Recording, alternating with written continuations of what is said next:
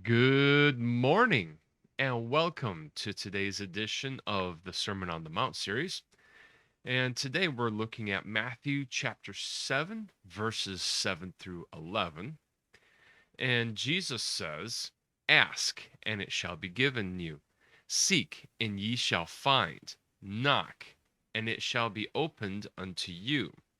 For every one that asketh receiveth, and he that seeketh findeth, and to him that knocketh it shall be opened. Or what man is there of you whom, if his son ask bread, will he give him a stone? Or if he ask a fish, will he give him a serpent? If you, then being evil, know how to give good gifts unto your children, how much more shall your Father which is in heaven give good things to them that ask him?" Jesus once again is discussing the topic of prayer. And this is something that not only comes up several times in the Sermon on the Mount, but Jesus talks quite a bit throughout his entire ministry about prayer. He spends a lot of time praying, connecting with God. This isn't just some mumbo jumbo that's repeated over and over and over again. It's not some secret special recipe to get your petitions before God. This is simply connecting with God, talking to Him as you would talk to your Father, your earthly Father. And Jesus is making that correlation here in this section, how that God is approached as a father, as an earthly father. He is, while high and holy, and he is above all, he is not someone who can't be talked to. He's not someone who can't be approached. Like the heathen would use repetition over and over again, as we discussed in chapter 6 at length. The vain repetitions, this is not what connects us to God. This is not what true prayer is.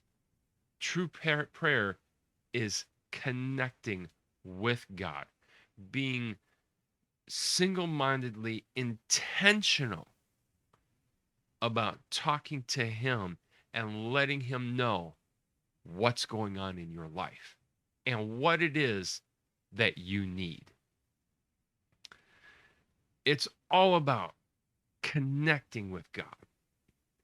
So, as one writer puts it, we ask for what we wish for, and we seek the things that we miss, whether it's missing out on just not being able to see what is happening, missing the events, and not being able to understand, and then knocking for that from which we feel ourselves shut out from.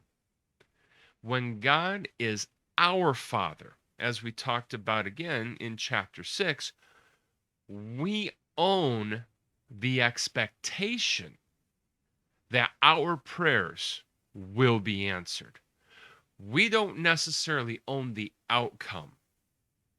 Okay. How many times growing up as a child did you ask your parents for something and they told you no? You had every right to ask. As a child of your parents, you had the right to ask, but you didn't have the right for the response that you wanted. And so, while we don't necessarily own the outcome, whatever God's answer may be, the answer is perfect because our Father is perfect.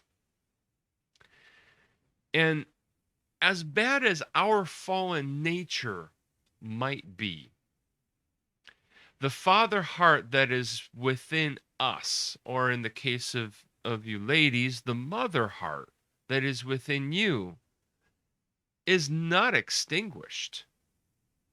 You still have that heart for those children, your offspring. And if this is the case, how much more is our Father's heart tender toward our requests? And as always, we love you. God loves you. We're praying for you. God bless you and have a fantastic week in the Lord.